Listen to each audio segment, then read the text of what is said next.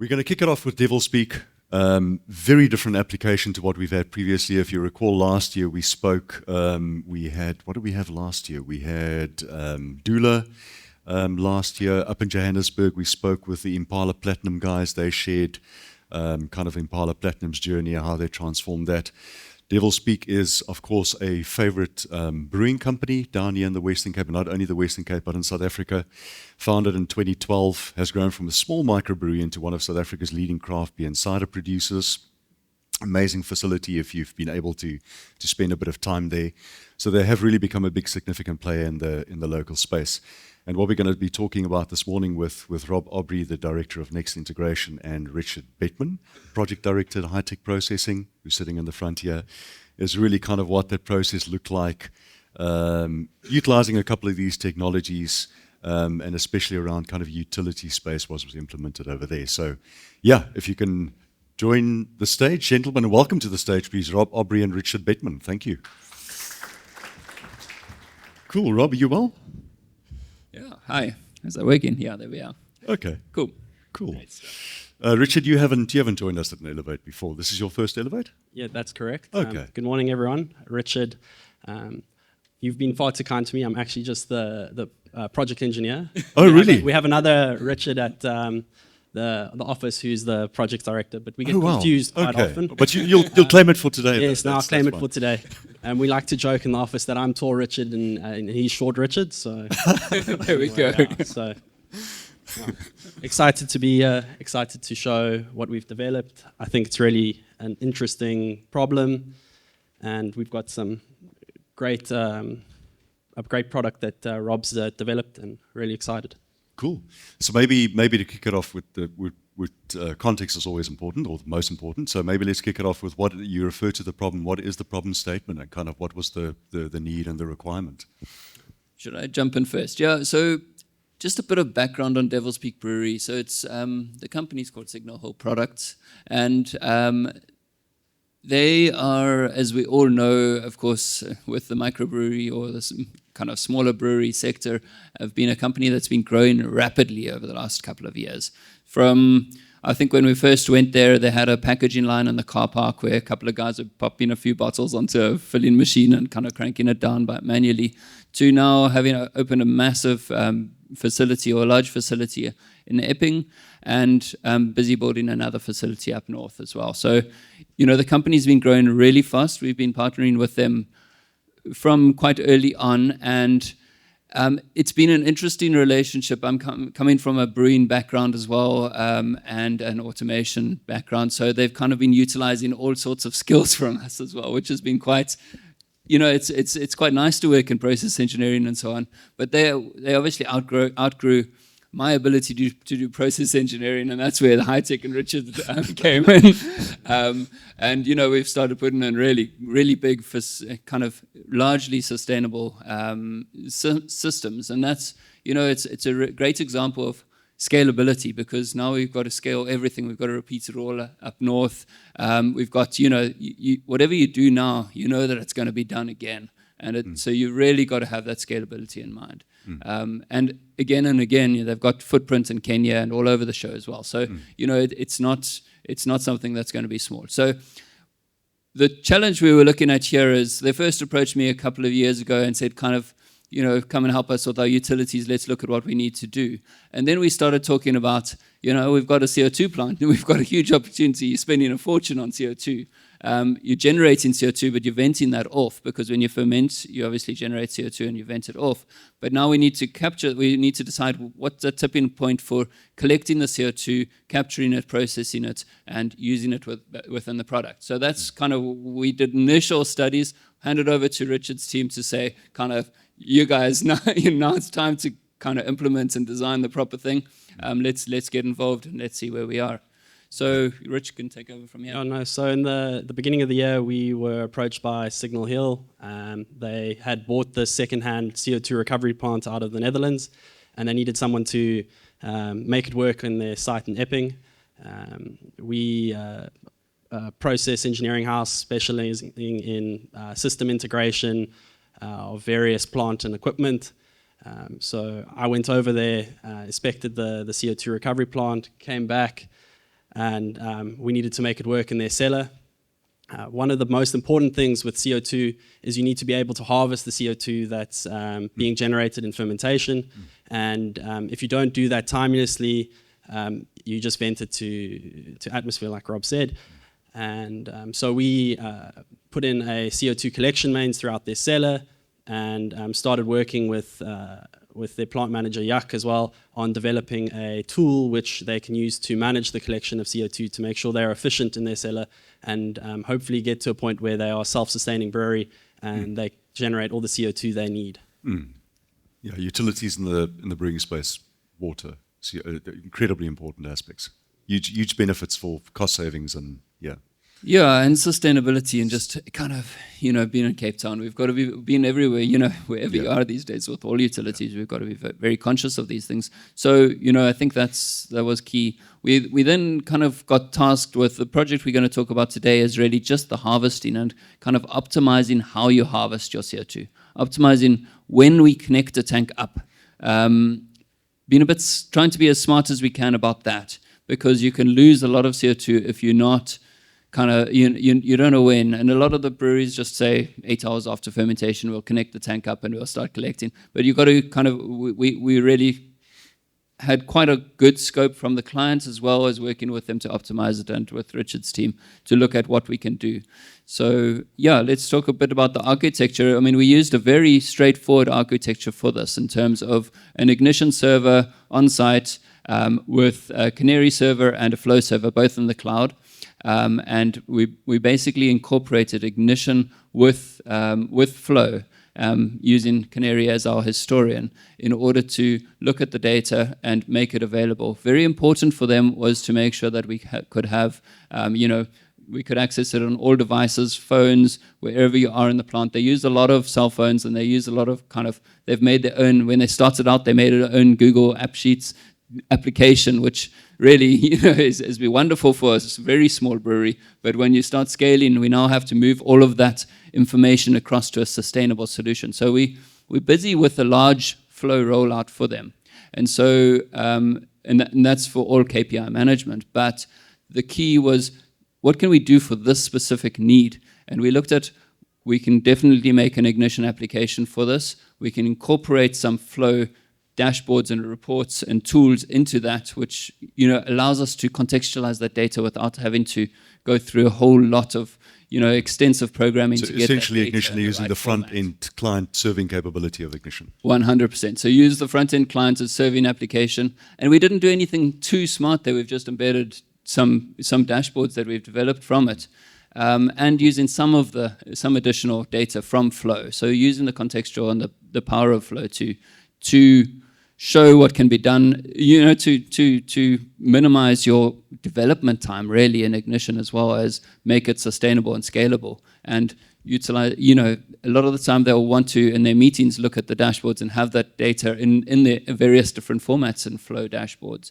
So that's what we're kind of busy working on now as like a next step in terms of the extended Flow application, so that every meeting they go to, we're talking about numbers that they can make decisions with. Okay, so fairly straightforward kind of architecture, a little bit of hybrid with a cloud, nothing too wild. Seems easy on paper until you get to kind of these kind of things. Eh? Cool, thanks, Rob. That's valuable. And this, this is the actual flow diagram from the CO2 recovery. Huh? Maybe I can talk a bit about this. So CO2 recovery, there are 4 major steps. You've got the gas collection, compression and drying, liquefaction, and then purification and storage. So our tools looks at the collection, our collection efficiency, as well as the efficiency of the recovery plant. So we've got meters installed on the various lines, and we measure how much CO2 is generated. And if we see that the CO2 generated is lower than we expect, then we can go and investigate what's wrong. Is there a pressure relief valve that's venting? Have they left the isolation valve closed? Is the CO2 compressor running properly? And that's insight that you can get from data, which is pretty cool. So what we did is we took their fermentation curves, so we can go to the next one. We took their fermentation curves and we put together a theoretical model of how fermentation runs on their plant. And from that, we can generate a prediction of what the CO2 captured from ferment would be. And we use a flow meter and a purity meter to assess that afterwards. So just some pictures of the cellar. You can see there we have some tanks with like a changeover, proximity switch, and then also a flow meter and the purity sensor. So that's the instrumentation we use. Very simple, straightforward, but we can get a lot of really cool insight and useful information from that. Yeah, it's interesting the journey from data to information or making data valuable. It's not necessarily about the more data you can get, absolutely, but very often it's maybe a couple of data points. And from those couple of data points, once you've done kind of, I don't know, regression analysis, or all of the just doing a couple of formulas and creating context between data points, you can create a whole host of KPIs from a couple of data points. Absolutely. I mean, with Richard's models and with just one or two items of measurement, and we're not doing anything fancy. We are using a couple of flow meters and a couple of proxies. That's essentially all we're using, and then a little bit of operator input and signal from the brewing PLC, and we're A4 away. So really isn't complicated. There was quite a lot of wiring which we've done, and Hayden teams kind of put through the plants as well, which was done very nicely. And then it's really, with all of these projects, what's the most important thing is how the people use it. So the wonderful thing about Devil's Peak is that the client's really been engaged in the project. They've been engaged in making the operator the center of the project and really owning it as well. So we built a big kind of bus stop for them, which is basically what they call the operator workstation as well. And it's kind of, it's got all the interfaces, it's got the right information for them, the right screens, the right kind of set points. And it's really empowered them from having a little kind of, how these kind of, when you've got a lot of growth in a facility, you're sitting at a very temporary little structure at the end of the day. So just rolling out a project with something that empowers the operators a bunch more has been really important. And, that allows the operator to kind of feel like they're part of this journey as well. Yeah. And I think what's also really interesting to see is that it's a very simple plant. There's not a lot of automated valves, complicated controls, a control room that's air conditioned and everything. It speaks to the craft nature of how these guys operate, and you can do a lot with very simple things.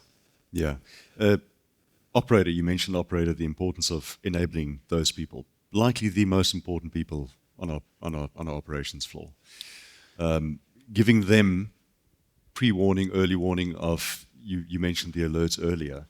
The ability for them to react appropriately, not having to rely on late data or very late data in certain cases, to manual data that's potentially error-prone due to human capture of data. It's all about these guys and really how we empower them. Absolutely, it is. And also, one thing that we've kind of we need to get to the point, and we have got to the point now, where you see one little spike in CO2 and the operator needs to get onto it straight away. We've got a warning light there, so if they're elsewhere in the field, they can see there's an issue, go address it straight away. And that's really all about why we've done this project, which is really to optimize how much CO2 you capture, and realizing that a short component of missing CO2 data or missing collection on that can cost you a lot. I mean, the cost of CO2 for them, we're buying it at about 10,000 Rand a ton, from what I understand. So that's correct. Wow. So and you can, if you miss it for half an hour, you can easily vent a couple of tons. So it's well worthwhile having the right data and having the ability to make those decisions. And you can't do that 24/7 as a management team. You need to have your operators do that. Yeah. Okay, so we've put together a couple of dashboards based on that, and you can kind of see, and that's an embedded dashboard in Ignition, which makes it pretty easy for the operator. They don't have to switch between applications.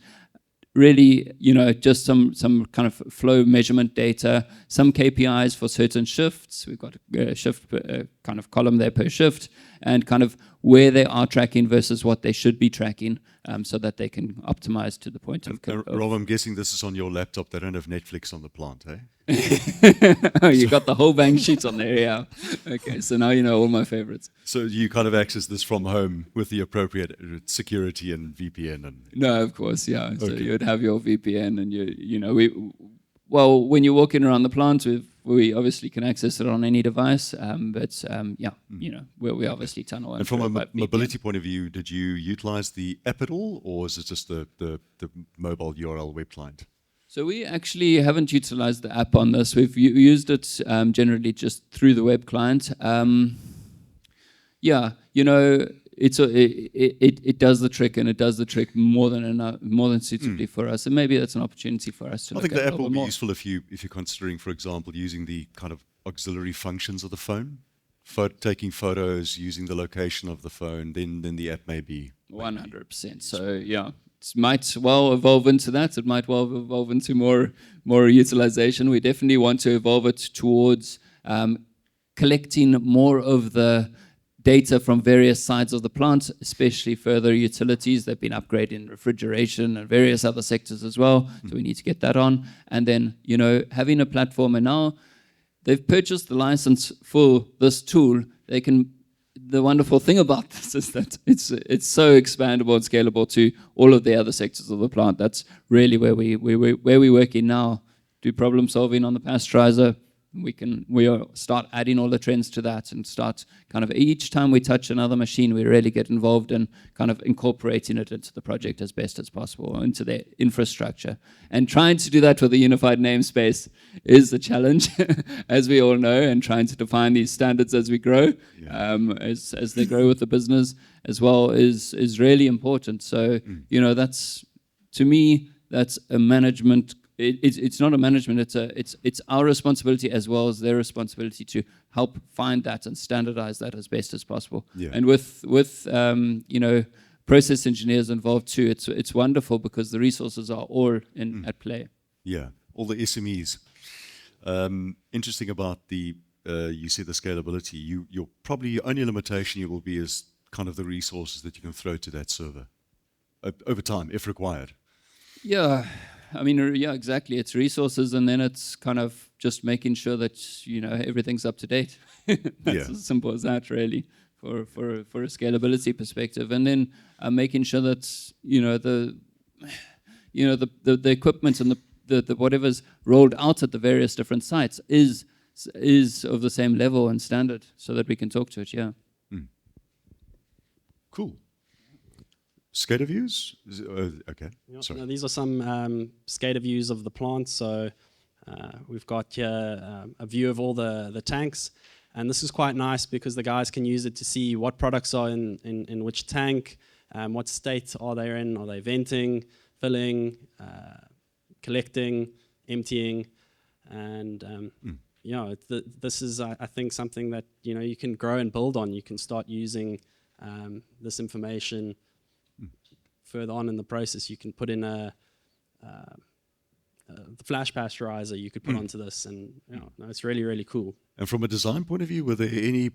Sorry, we didn't say we're going to chat about design philosophy. I was just thinking design philosophy. Was there any kind of discussion around use of kind of their CI, more situationally aware kind of graphics or views? So yes and no. There hasn't been a lot of specifics from the client on that. We are aware of that, and we have tried to do that within reason. But at the same time, it's not a SCADA as such in terms of this application. It's more of a user interface, and that's kind of where we were working towards, making it as user friendly, and it was also based largely on their brewing system. So it's a bit of a compromise between the two. Yeah, exactly. Yeah. And the balance is important. It's not necessarily kind of 50 Shades of Grey and Christmas Tree. It's kind of the balance between the two. Okay. So we've got a couple of different pop-ups and alarms that'll come up through the process, and they need to understand. And we've also had to incorporate various different commenting systems and so on. So what happens? How does it go? What happens in this scenario? And inevitably with these sort of projects, you always find many, many different little nooks and crannies that actually arise. And one of the ones that we've found is certain work processes that kind of arose and kind of highlighted major losses as well. So you always you scope a project, you think it's going to be a couple of days or weeks worth work, and then it starts dragging its heels in terms of finding other nuances and how to deal with these. But that's how the cookie crumbles, and I think we've all found that over the years. So we need to incorporate them. So various different ways of updating after a server crashes or PLC goes off, and making it as reliable as possible has kind of been the highlight of the day for us, or the priority for the last maybe a couple of weeks, just in all scenarios, because they're growing so fast, especially before peak season now. They've been doing a million times a day. They've been doing maintenance of various sorts and switching off this and resetting that, and really kind of testing it to the nth degree. And that's been it's been good to do before peak season comes up. No, for sure. And I think maybe one of the pop-ups is quite interesting to talk about is the operator comment pop-up here. Good context. It's actually very valuable, such a simple pop-up, to be able to provide information to the following shift that you may have missed in your handover. And I'm guessing this was a paper process previously? Yes. So kind of a whiteboard, maybe a clipboard, a couple of notes. Exactly, and now we've got this digitized, and the operator can see exactly when an issue arose, what was the problem, a breakdown, then it was fixed, but now we're experiencing another problem, and I think quite a cool system. Yeah, I think it's good. I think let's have a look at that next screen. So the next screen is we've got various different brands, and we've got kind of different fermentation profiles, so it's not anything you're not going to be able to go and repeat Devil's Peak Brewery based on that. But it's just interesting to see, this is the data from the collection and how we've incorporated that from the model, and how we've kind of modeled it into kind of a fairly limited number of set points that the operator or the brewing manager can kind of adjust as needed. But with this modeling has also come the ability to really see the fermentation curve in action as well. And the lab team, what we've been looking at now is how the lab team, when they're doing their samples on the tanks, can enter those values, and then we can kind of calibrate accordingly. We can update the model so that it's even more efficient. On the fly. So that's on the fly. So that's quite useful, and it's all part of that digitizing the facility, so that we can kind of, rather than having the clipboards with the fermentation profiles, we can go towards digital systems like that as well, so that everyone can see it straight away. Cool. We've, of course, incorporated it, as I said, we're rolling out a large flow application for them as well. So we've incorporated all of the data from this, the collection, the harvest efficiencies, the CO2 plant purity, and the kind of the collection of, the plant efficiencies, and then the overall efficiencies into their dashboards on daily basis as well. So, they've started using that this week, which is really exciting as well. So we can kind of see the integration from the SCADA through to flow, really efficient for them, which is great. And the power of using flow on that at that level is wonderful in terms of getting the production meeting off Excel and into a sustainable solution that everyone can kind of have one version of the truth. truth. It's not a day late. Now, these guys were pretty good at Excel, I must say. Most people are pretty good at Excel these days. It's kind of hairy when those Excel files get to like the 120 meg kind of size. Then it becomes a little bit hairy. Exactly. No, fantastic. Great stuff. Thank you. Any kind of lessons learned, things to note? Yeah, look, I think lots of lessons learned in terms of, but the main lesson for me was just how important and how empowering it is to have a client that really knows what they want and wants a solution as well. That was kind of the crux of making this a large success, is having the buy-in from the clients and having the right team around the table as well. And trying to get to that point that your client knows what they can get and knows what they what they are able to get. That upfront work is important. Absolutely, yeah. No, 100% agree. We were quite lucky in this case that we were building off the back of a similar system that was implemented at another brewery, and but I think we closed some good gaps and improved that system. Lovely. And there's the ability to repurpose a lot of that work.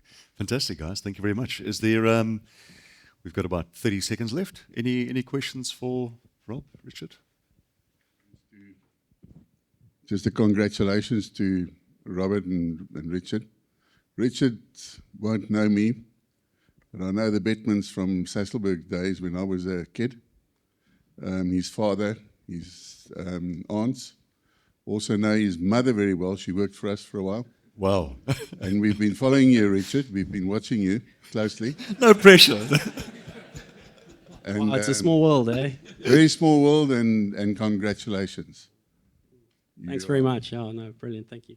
Absolutely. Great stuff. Thank you. Guys, thank you very much.